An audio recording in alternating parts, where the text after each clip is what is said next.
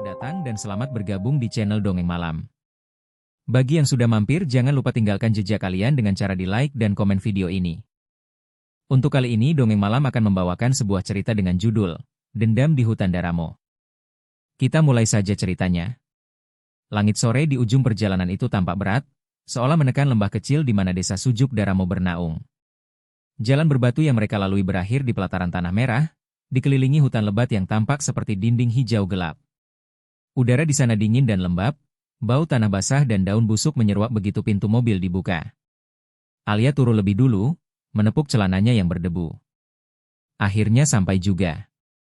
2 jam lebih dari perkiraan. Bima mengikuti di belakang, mengangkat kardus berisi alat tulis dan perlengkapan proyek. Tatapannya menelusuri deretan rumah kayu beratap rumbia, lalu berhenti pada hutan di belakang desa. Ada kabut tipis yang menggantung di antara pepohonan tinggi itu. Indah, tapi agak menakutkan, gumamnya pelan. Citra, yang baru turun dari mobil sambil merapikan jilbabnya, langsung memeluk lengannya sendiri. Aku nggak tahu kenapa, tapi dari tadi rasanya kayak ada yang ngeliatin. Raka, dengan kemeja kotornya dan senyum sok santai, menepuk bahunya. Ah, kamu kebanyakan nonton film horor cheat. Ini cuma hutan. Alam itu, bukan arwah. Lila diam saja, sibuk memotret suasana sekitar dengan kameranya. Ia memotret rumah-rumah, anak-anak yang mengintip dari balik pagar bambu, bahkan siluet hutan di kejauhan. Tapi di satu bidikan terakhir, kamera tiba-tiba berbunyi klik sendiri. Ia menatap layar kameranya. Foto itu gelap, tapi kalau diperhatikan, ada semacam bayangan putih di antara pepohonan. Seperti sosok wanita berdiri membelakangi kamera. Sebelum sempat berkata apa-apa, seseorang berdeham pelan. Selamat datang di Sujuk sederhana dan sarung melangkah mendekat. Wajahnya penuh keriput, tapi matanya tajam dan penuh wibawa. Dialah Pak Darmo, kepala desa. Kami senang sekali kedatangan anak-anak muda seperti kalian, katanya dengan senyum ramah. Desa kami jarang sekali dikunjungi orang dari luar. Alia menyalaminya dengan sopan. Terima kasih Pak. Kami dari universitas, datang untuk membantu perbaikan saluran air dan mengajar anak-anak desa. Pak Darmo mengangguk, tapi matanya sempat melirik ke arah hutan yang membentang di belakang pemukiman. Ekspresinya berubah sedikit lebih serius. Kalau begitu, semoga kegiatan kalian berjalan lancar. Ia berhenti sejenak, lalu menatap satu persatu wajah mereka. Tapi ada satu hal yang harus kalian ingat baik-baik. Suara alam mendadak hening. Angin berhenti, hanya bunyi serangga yang samar. Apapun yang terjadi, jangan pernah masuk ke hutan di belakang desa. Semua menatapnya. Kenapa Pak? Tanya Alia. Karena di sana, tempat kematian. Hening. Hanya daun kering yang bergerak dihembus angin. Raka tertawa pendek, mencoba mencairkan suasana. Mitos lagi. Di semua desa pasti ada aja tempat angker kayak gitu. Namun Pak Darmo tidak tertawa. Tatapan matanya menusuk Raka seperti pisau. Ini bukan mitos nak. Banyak yang tidak kembali dari sana. Citra mundur setapak, wajahnya pucat. Banyak yang tidak kembali? Pak Darmo menghela napas panjang. Kalian tinggal di rumah singgah dekat balai desa. Kalau malam, jangan keluar. Kalau dengar tangisan dari arah hutan, pura-pura saja tidak dengar. Kata-kata itu menggantung di udara. Lila yang masih memegang kameranya menatap lagi foto yang tadi ia ambil. Bayangan putih di antara pepohonan itu, kini tampak sedikit lebih jelas. Seperti kepala perempuan dengan rambut panjang, menghadap ke arah mereka. Alia menatap hutan itu sejenak, berusaha meyakinkan diri bahwa semua hanyalah sugesti. Kami akan patuhi aturan itu. Namun dalam hatinya, rasa penasaran mulai tumbuh. Ia tidak percaya pada larangan tanpa alasan. Dan di balik desiran daun yang bergoyang perlahan, sesuatu tampak sedang menatap mereka kembali, dari kedalaman hutan yang datang lebih cepat dari biasanya. Begitu matahari tenggelam di balik hutan, kabut tipis turun menyelimuti seluruh desa. Lampu-lampu minyak di rumah-rumah penduduk mulai menyala, memantulkan bayangan samar di dinding bambu rumah singgah tempat ke-6 mahasiswa itu menginap. Di dalam rumah, suasana sempat ramai oleh tawa Raka yang menirukan gaya bicara Pak Darmo, tapi perlahan meredup. Udara menjadi dingin menusuk. Angin dari celah jendela menimbulkan suara siulan panjang, seperti seseorang sedang bernapas dari luar. Citra duduk di pojokan, membaca doa pelan sambil sesekali melirik ke arah jendela. Aku nggak nyaman, sumpah. Dari tadi ada suara kayak orang nangis. Raka menguap dan memutar bola matanya. Ya ampun Cit. Mungkin itu suara burung malam. Bima menatap jam tangannya, pukul 11 lewat sedikit. Udah, tidur aja dulu. Besok kita mulai kerja pagi. Alia, yang belum mengantuk, masih duduk di dekat jendela sambil menulis catatan rencana kerja besok. Tapi saat ia menunduk, tiba-tiba suara itu terdengar lagi. Pelan. Serak. Tangisan perempuan. Alia menegakkan tubuhnya, menatap keluar. Di kejauhan, di arah belakang rumah yang menghadap hutan, ada bayangan samar berdiri di tepi pepohonan. Seperti seseorang dengan rambut terurai panjang, gaunnya putih keabu-abuan diterpa angin malam. Lila, bisik Alia pelan, menepuk bahu temannya. Kau denger nggak? Lila yang sedang memeriksa kameranya menoleh. Ada apa? Lila menajamkan telinga. Beberapa detik kemudian, mereka berdua mendengarnya, jelas sekali, dari arah hutan, tangisan panjang yang berubah menjadi rintihan. Citra langsung menutup telinganya dan membaca ayat kursi tergesa-gesa. Raka berdiri, berusaha terlihat berani tapi suaranya gemetar. Mungkin warga, mungkin ada yang sakit atau... Raka, potong Bima, menatapnya tajam. Tangisan manusia nggak seaneh itu. Semakin lama semakin dekat. Seolah mendekat ke rumah mereka. Lila, entah karena rasa penasaran atau refleks fotografer, mengangkat kameranya dan menekan tombol record. Namun yang terjadi aneh, kamera itu merekam sesuatu tanpa ia arahkan. Layar bergerak sendiri, menyorot ke jendela yang terbuka sedikit.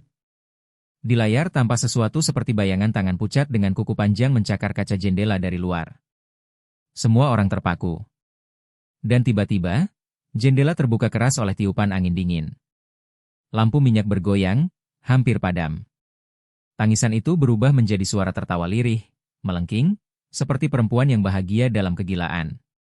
Citra menjerit, Lila menjatuhkan kameranya, dan Alia buru-buru menutup jendela. Begitu jendela tertutup rapat, semuanya berhenti. Sunyi total. Hanya bunyi detak jam dinding dan napas mereka yang tersengal. Bima berdiri di dekat jendela, matanya menatap keluar dengan kening berkerut.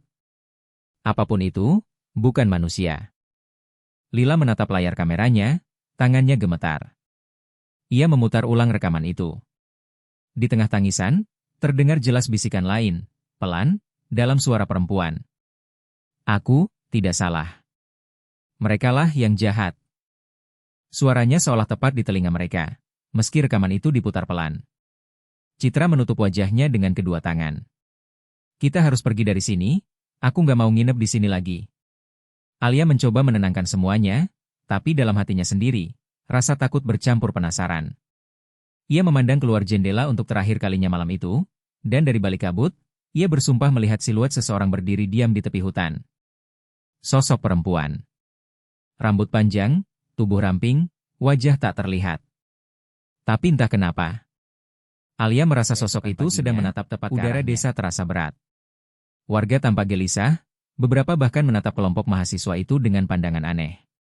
Pak Darmo datang membawa sarapan dan berkata singkat. Tadi malam kalian dengar sesuatu ya? Alia menatapnya curiga. Iya Pak. Suara tangisan, dari arah hutan. Pak Darmo hanya menghela napas. Jangan dibicarakan. Di sini, jika malam ada yang menangis, berarti ada yang sedang mencari. Mencari apa Pak? Tanya Bima. Pak Darmo memandangi mereka lama, lalu menjawab pelan. Bukan apa nak. Tapi siapa? Sebelum ada yang sempat bertanya lagi, seorang anak kecil datang berlari, wajahnya pucat. Pak, tadi pagi aku lihat kakak rambut panjang duduk di pohon besar di pinggir hutan. Semua terdiam. Alia menatap ke arah hutan itu, dan di sana, di balik kabut tipis pagi, tampak bayangan samar sesuatu duduk di atas cabang pohon besar. Bayangan itu perlahan menoleh. Dan meski jaraknya jauh, Alia bisa melihat jelas. Mata hitam pekat tanpa bola mata, menatap langsung ke arahnya. Suasana rumah singgah menjadi tegang. Tidak ada lagi candaan atau tawa dari Raka. Tidak ada yang berani keluar setelah senja. Bahkan suara jangkrik terasa seperti bisikan ancaman. Namun bagi Raka, semua itu hanya memperkuat rasa ingin tahunya. Ia tidak tahan dengan ketakutan yang terus-menerus dibiarkan menggantung. Ayolah Tom. Kita cuma lihat sedikit aja. Aku pengen tahu apa benar hutan itu serem. Tomo, yang biasanya rasional, awalnya menolak. Tapi egonya sebagai lelaki besar dan pemberani terusik. Kalau cuma buat buktiin, ayo. Tapi jangan lama-lama. Citra langsung menentang keras begitu mendengar rencana itu. Kalian gila? Pak Darmo udah bilang jangan. Kalian mau mati? Raka tertawa kecil. Kalau kita mati cuma gara-gara lewat hutan, berarti beneran ada yang salah sama tempat ini, bukan sama kita. Alia mencoba menengahi. Raka, dengar. Aku juga penasaran, tapi bukan berarti harus nyari masalah. Kita nggak tahu apa yang ada di sana. Raka melambaikan tangan acuh. Santai Kapten. Kami cuma mau ngambil beberapa foto, terus balik. Sore itu juga, saat langit mulai oranye kemerahan, Raka dan Tomo melangkah ke arah belakang desa. Lila yang duduk di beranda hanya bisa menatap punggung mereka menjauh menuju tepi hutan yang mulai diselimuti kabut. Jangan lama-lama, bisik Alia pelan, tapi suaranya tenggelam oleh desir angin. Matahari tenggelam. Waktu berjalan. Malam turun perlahan, dan 2 jam berlalu tanpa tanda-tanda mereka kembali. Citra mondar-mandir gelisah di ruang tengah. Mereka udah 2 jam di sana, Alia. Aku bilang juga apa? Ini bukan tempat main-main. Alia mencoba menghubungi Raka lewat HT, tapi hanya suara statik yang terdengar. Raka? Tomo? Jawab. Kalian di mana? Hening. Lalu samar terdengar suara berat, seperti napas seseorang yang tersengal. Semua menatap alat komunikasi Dia itu. marah. Suara itu jelas milik Raka, tapi terdengar seperti dari kejauhan, diselimuti gemerisik daun dan langkah di lumpur. Raka? Di mana kamu? Perempuan itu. Dia marah. Suara itu menghilang. Hanya desis panjang seperti hembusan napas dekat mikrofon. Sekitar pukul 9 malam, pintu rumah singgah tiba-tiba diketuk keras. Bima yang paling dekat dengan pintu langsung membukanya. Raka berdiri di depan, tubuhnya penuh lumpur dari kepala sampai kaki, bajunya robek-robek, wajahnya pucat pasi. Matanya kosong. Tidak ada ekspresi apapun. Raka. Mana Tomo? Teriak Alia sambil mengguncangnya. Raka hanya bergetar pelan. Bibirnya bergerak, tapi suaranya nyaris tak terdengar. Perempuan itu. Marah. Alia menatapnya ngeri. Siapa perempuan itu? Raka tidak menjawab. Ia hanya menatap ke arah jendela, ke arah hutan. Pandangannya kosong, tapi air matanya mengalir pelan. Citra menjerit saat melihat sesuatu di lengan Raka. Goresan-goresan panjang, seolah cakaran kuku manusia, namun terlalu dalam, hingga kulitnya terkelupas. Lila buru-buru mengambil air dan kain bersih, tapi Raka tiba-tiba berteriak, suaranya seperti bukan miliknya. Jangan sentuh aku. Lampu minyak di ruangan padam seketika. Semua tenggelam dalam gelap. Teriakan Raka menggema, bercampur suara tawa perempuan dari luar rumah, nyaring, memekakan telinga. Saat lampu berhasil dinyalakan lagi, Raka sudah pingsan di lantai. Keesokan paginya, desa geger. Beberapa warga yang hendak mencari kayu menemukan sesuatu di dalam hutan, tak jauh dari pohon besar di tepi sungai kecil. Tubuh Tomo tergantung di dahan rendah, matanya terbuka lebar, membelalak menatap langit. Lidahnya terjulur panjang. Di bawah tubuhnya, tanah lembab penuh helaian rambut panjang yang terburai seperti akar. Pak Darmo menutupi mulutnya, wajahnya pucat. Ya Tuhan, bukan lagi 1, tapi 20 tahun setelah terakhir. Dan Citra datang bersama warga. Citra langsung berteriak histeris begitu melihat tubuh Tomo. Aku sudah bilang jangan masuk hutan itu. Lila menatap kamera yang digenggamnya. Ia sempat merekam kejadian di sekitar pohon itu. Namun ketika memutar hasil rekamannya, layar menampilkan sesuatu yang tidak dilihat oleh siapapun tadi. Di belakang tubuh Tomo, di antara ranting pohon, tampak jelas sosok perempuan berpakaian lusuh, wajahnya pucat dengan senyum tipis yang mengerikan. Dan dalam satu frame terakhir sebelum rekaman mati, sosok itu menatap lurus ke arah kamera. Dan berbisik. Pemakaman Tomo dilakukan sederhana, Dewi, tapi sunyi yang menyelimuti suasananya terasa tak wajar. Tidak ada suara burung, tidak ada angin yang berhembus. Hanya bisikan doa dari bibir warga yang bergetar ketakutan. Raka berdiri paling belakang, wajahnya masih pucat. Ia menatap makam itu lama, tanpa ekspresi. Tangan kanannya gemetar pelan, jari-jarinya terus mencubit ujung bajunya seperti menahan sesuatu di dalam diri. Raka, kamu gak apa-apa? Tanya Alia pelan. Ia menoleh pelan ke arah Alia. Pandangannya kosong. Dia gak mau dikebumikan, Alia. Siapa? Perempuan itu? Raka tersenyum tipis, lalu menatap tanah kubur. Dewi. Dia bilang mereka semua harus ikut dengannya. Alia bergidik ngeri. Raka, kamu istirahat dulu ya. Kamu stres. Kita udah lewati hal berat. Tapi Raka tertawa pelan, tawa yang aneh, getir, seperti bukan tawa manusia. Kamu gak ngerti. Dia cuma mau keadilan yang dulu dirampas. Malam itu, angin kembali berhembus kencang. Suara ranting bergesekan di atap rumah singgah. Semua sudah tertidur kecuali Lila, yang duduk di sudut ruangan, menatap layar kameranya.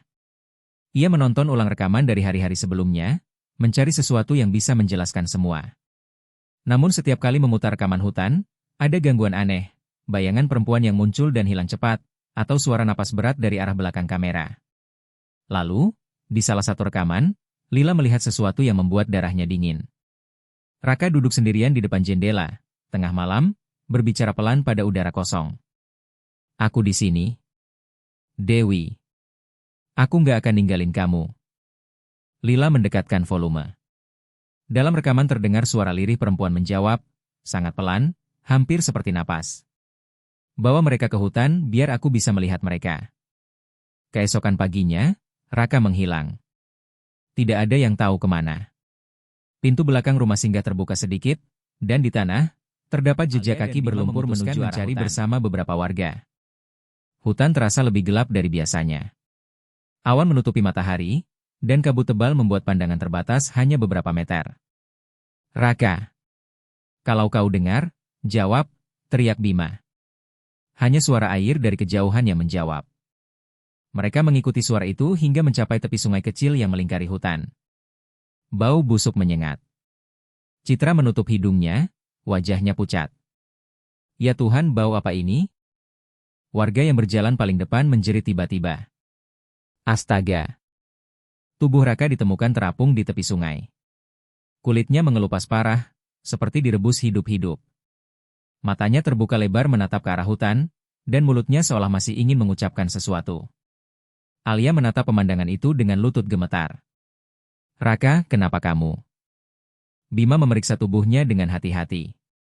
Di dadanya tergores tulisan samar dengan sesuatu seperti kuku. Aku belum selesai. Sore harinya, di rumah singgah, Lila menatap kameranya lagi. Ia yakin semalam sempat merekam Raka terakhir kali sebelum menghilang. Dengan tangan bergetar, ia memutar video itu. Rekaman menunjukkan Raka berdiri di luar rumah sekitar pukul 2 dini hari. Wajahnya tenang, tapi matanya menatap lurus ke arah hutan. Di belakangnya, samar-samar, tampak sosok wanita berpakaian lusuh berdiri di antara pepohonan. Wajahnya samar tertutup rambut panjang. Raka menoleh sedikit, tersenyum kecil. Aku datang, Dewi.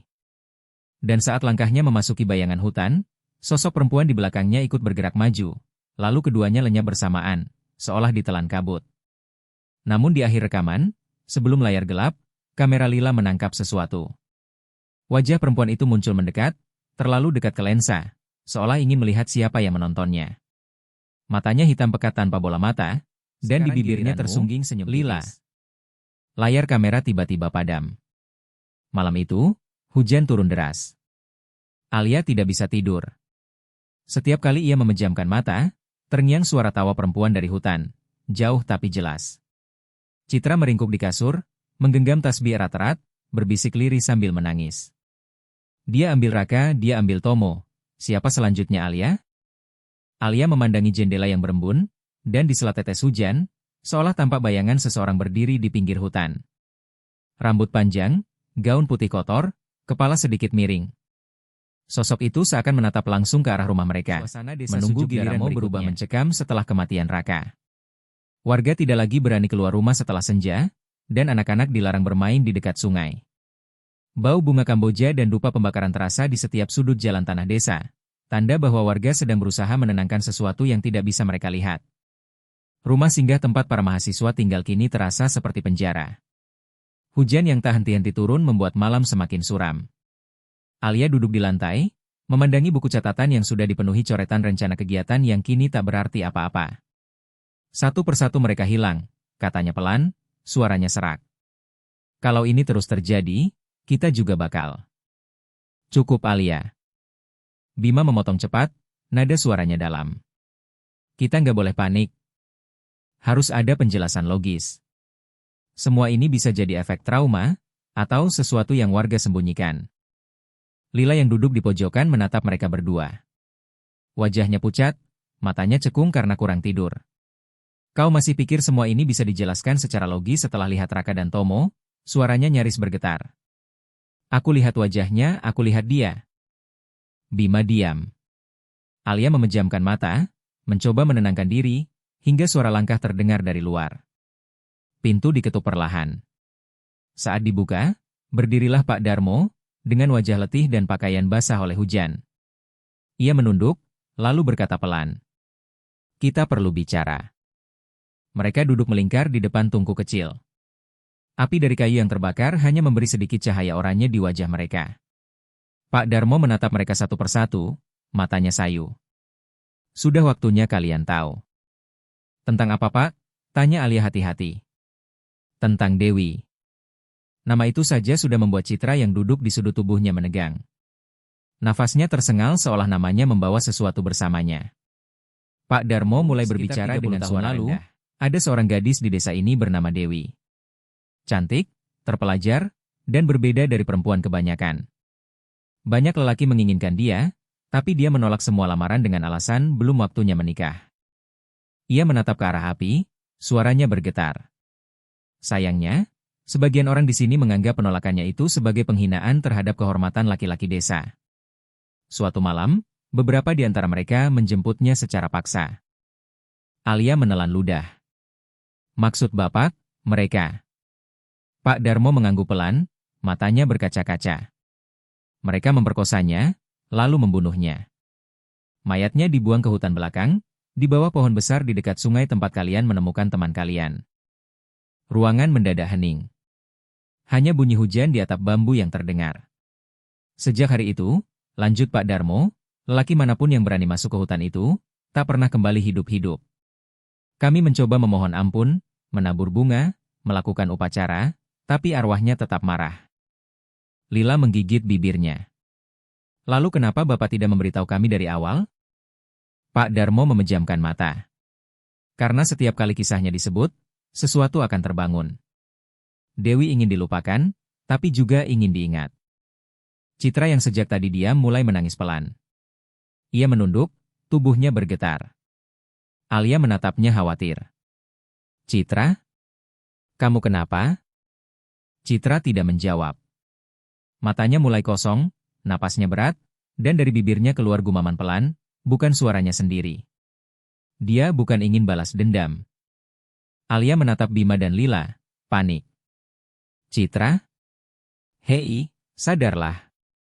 Tubuh Citra menegang, lalu ia mendongak perlahan. Matanya hitam seluruhnya.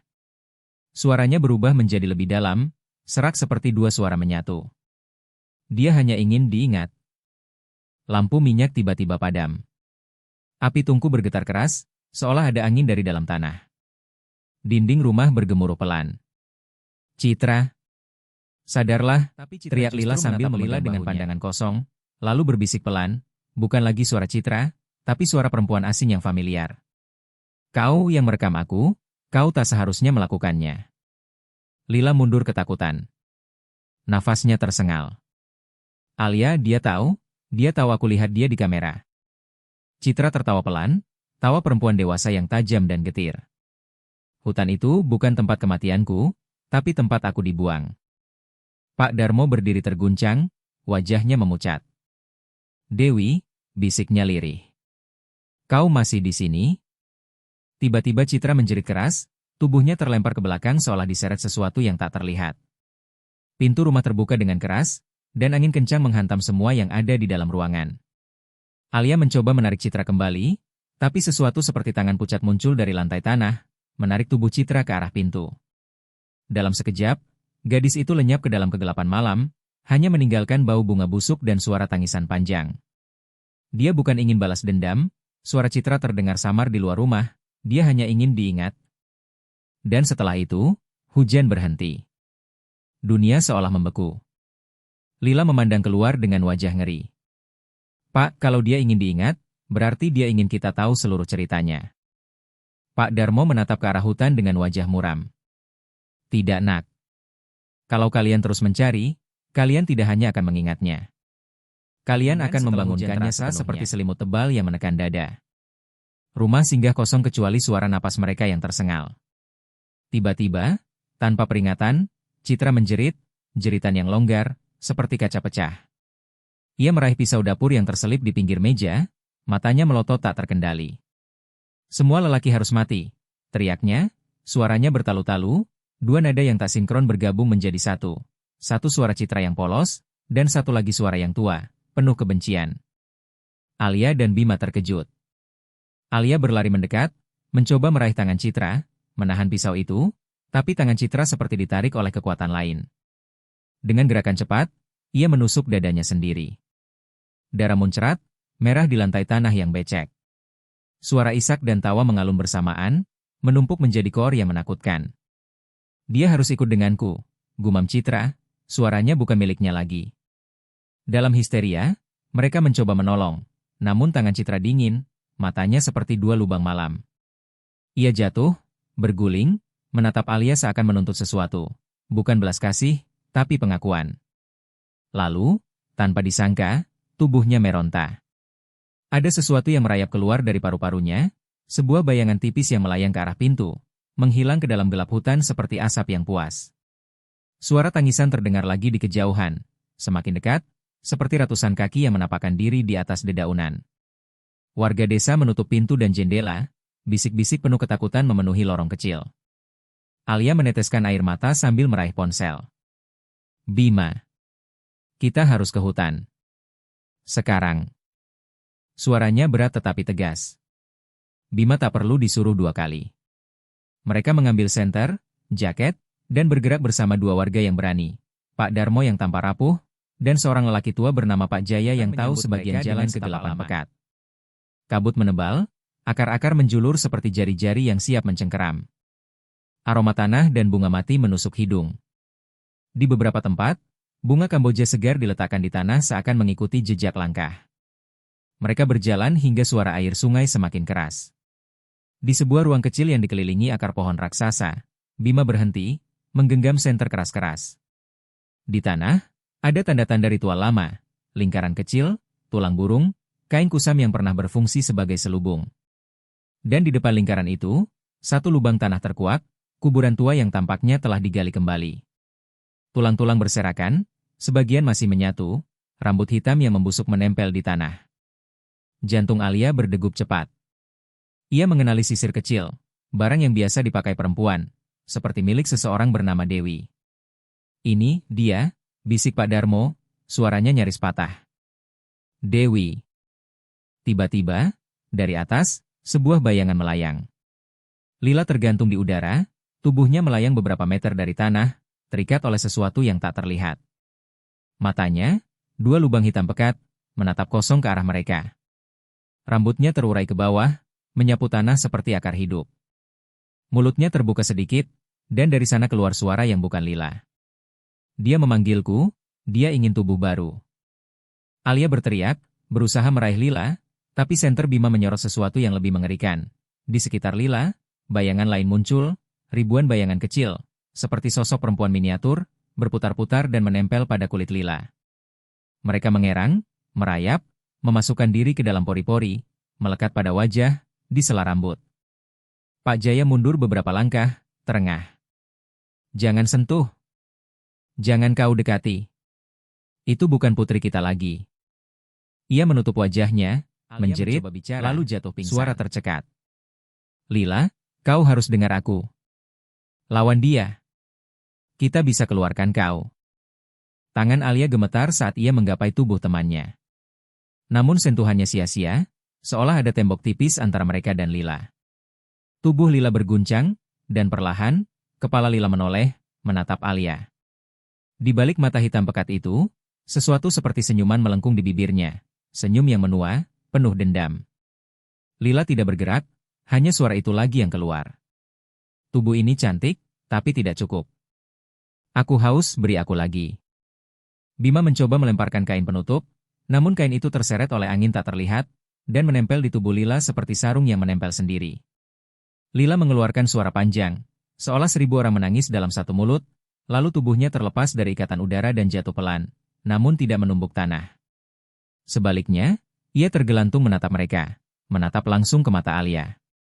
Alia merasakan sesuatu mengalir di belakang kepalanya. Aku semacam bisikan masuk ke telinganya, berkata, ingat aku, beri aku tubuh baru. Bisikan itu bukan berasal dari Lila semata. Itu berasal dari seluruh hutan, dari akar, dari batu, dari tanah itu sendiri.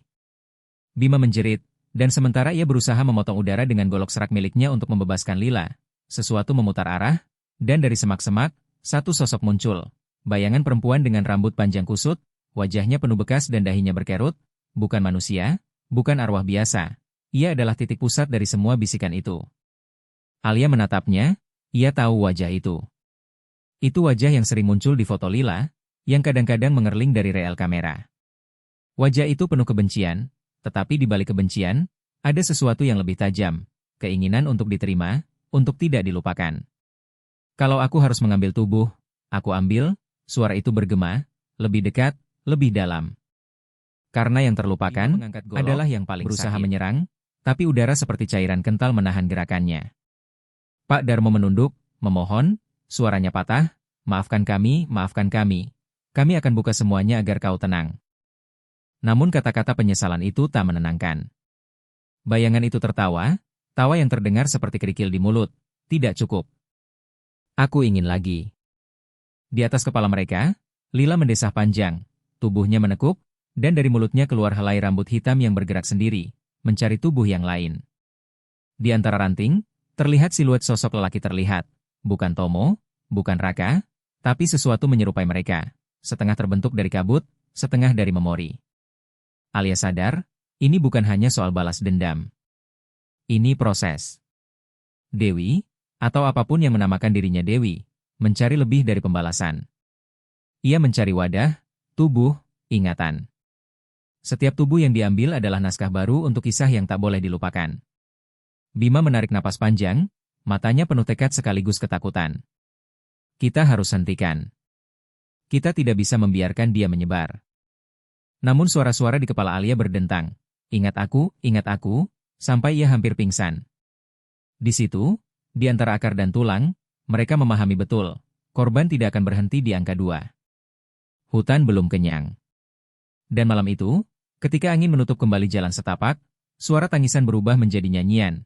Nyanyian yang memanggil lebih banyak nama, lebih banyak tubuh, agar kembali dan memberi tempat bagi yang tak ingin dilupakan. Hutan Sujuk Daramo seperti hidup. Setiap daun bergetar, setiap akar bernafas, setiap hembusan angin membawa bisikan yang menyeret jiwa mereka semakin dalam kepusaran kutukan. Alia memeluk lututnya, gemetar, tubuhnya berlumuran lumpur dan darah. Di depannya, Lila terbaring tak bergerak, matanya masih terbuka lebar, bibirnya membeku di antara doa dan jeritan. Bima berjongkok di samping Alia, menggenggam bahunya dengan tangan yang dingin. Sudah, cukup, katanya dengan suara yang nyaris berbisik. Kita harus pergi. Sekarang. Tapi Alia hanya menggeleng lemah. Kita nggak bisa ninggalin mereka begitu aja, Bima. Raka, Tomo, Citra, Lila semuanya mati sia-sia. Kita harus tahu kenapa dia nggak berhenti. Bima menatap hutan di depan mereka, hutan yang kini tampak seperti rahim besar yang menampung kebencian. Kau masih belum paham ya, Alia? Dewi nggak akan pernah berhenti. Nada suaranya berubah sedikit. Berat. Ada sesuatu di balik kalimat itu yang membuat bulu kuduk Alia berdiri. Apa maksudmu? Tanya Alia perlahan. Bima diam. Ia menunduk, Kedua bahunya bergetar. Lalu ia tertawa kecil, tawa yang tidak cocok dengan suasana di sekeliling mereka. Kau tahu kenapa dia dendam pada lelaki Alia? Katanya pelan, matanya mulai berkaca-kaca. Karena dia dibunuh oleh orang seperti aku. Alia menatapnya tak percaya. Kau, apa maksudmu? Bima mengangkat wajahnya. Matanya kini bukan lagi mata manusia biasa. Ada sesuatu yang berputar di dalamnya, seperti pusaran air berwarna hitam. Aku datang ke sini bukan untuk membantu desa, katanya. Aku datang untuk menebus dosa darah keluargaku. Leluhurku adalah salah satu dari pria yang memperkosa dan membunuh Dewi. Alia mundur beberapa langkah. Tidak mungkin, kau bohong. Tidak, Alia. Bima tersenyum getir, air matanya bercampur lumpur di wajahnya. Itu sebabnya aku ikut program ini. Aku pikir aku bisa menenangkan arwahnya. Ia menunduk, tapi tubuhnya mulai gemetar hebat. Dari dadanya terdengar suara berderak, seperti tulang yang beradu di dalam tubuhnya sendiri. Dewi, dia tidak mati di hutan itu. Dia hidup dalam darahku. Suara Bima berubah. Setiap kata yang keluar menggema ganda, satu suara miliknya, satu lagi suara perempuan yang lebih dalam, dingin, dan mengguncang jiwa. Alia terpaku. Bima, jangan bilang. Kau pikir Dewi cuma menghantui hutan? Bima menatapnya lurus, matanya kini benar-benar hitam. Tidak. Dia bernafas di dalamku.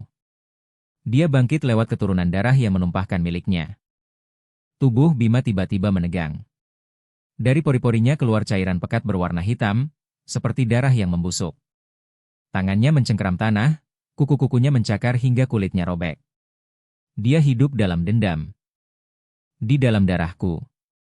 Suaranya bukan lagi milik manusia. Angin di hutan mendadak berhenti. Semua suara lenyap, digantikan hanya oleh detak jantung Alia sendiri. Lalu tubuh Bima meledak. Ledakan tak sebesar suara, tapi deras darah hitam menyembur keluar, menempel di batang pohon, menyelimuti Alia yang menjerit ketakutan. Dari genangan darah itu, perlahan muncul sosok perempuan. Rambut panjang menutupi wajahnya, kulitnya pucat berkilau seperti lilin, dan mata hitamnya menatap langsung ke arah Alia. Wajah itu adalah wajah Dewi, tapi bentuk tubuhnya perlahan berubah mengikuti wajah Alia sendiri. Arwah itu tersenyum, senyum lembut namun membuat jantung berhenti sejenak. Kau, perempuan baik, tidak seperti mereka. Tapi aku butuh tubuhmu. Aku ingin hidup sebagai sesuatu yang mereka berlari mundur, tapi tanah di bawahnya seperti menyerap langkah. Rambut panjang Dewi melilit tubuhnya, menariknya mendekat. Suara di telinganya lembut, seolah menenangkan. Tenang saja, kau akan tetap di sini bersamaku. Selamanya. Cahaya senter terakhir redup. Dunia menjadi hitam. Keesokan paginya, warga desa menemukannya. Alia duduk di tepi hutan, wajahnya bersih tanpa luka, pakaiannya kering. Ia menatap ke arah pepohonan dengan senyum lembut, seolah baru saja berbincang dengan seseorang yang lama dirindukannya. Pak Darmo mendekat perlahan. Nah Alia, kamu gak apa-apa? Mana Bima? Mana yang lain? Alia menoleh perlahan, senyumnya tak berubah. Matanya kini berwarna hitam pekat seperti tinta yang menetes. Aku. Dewi. Suara itu bukan lagi milik Alia. Dan saat angin bertiup dari arah hutan, suara tangisan samar kembali terdengar, kali ini lebih lembut, seperti nyanyian ibu bagi anaknya. Aku diingat, aku hidup lagi. Hutan Sujuk Daramo bergetar halus. Dan dari kejauhan, rambut hitam panjang terlihat terseret di antara pepohonan, menghilang bersama kabut pagi. Dan cerita selesai di sini. Terima kasih sudah mengikuti cerita sampai akhir. Untuk cerita dengan judul Dendam di Hutan Daramo berakhir di sini. Akan banyak lagi cerita-cerita menarik yang akan dibawakan Dongeng Malam. Jadi silahkan di-subscribe channel ini agar tidak tertinggal cerita-cerita menarik dari video berikutnya. Dan jika kalian suka dengan cerita-cerita seperti ini, silahkan di-share video ini agar channel ini bisa lebih berkembang lagi.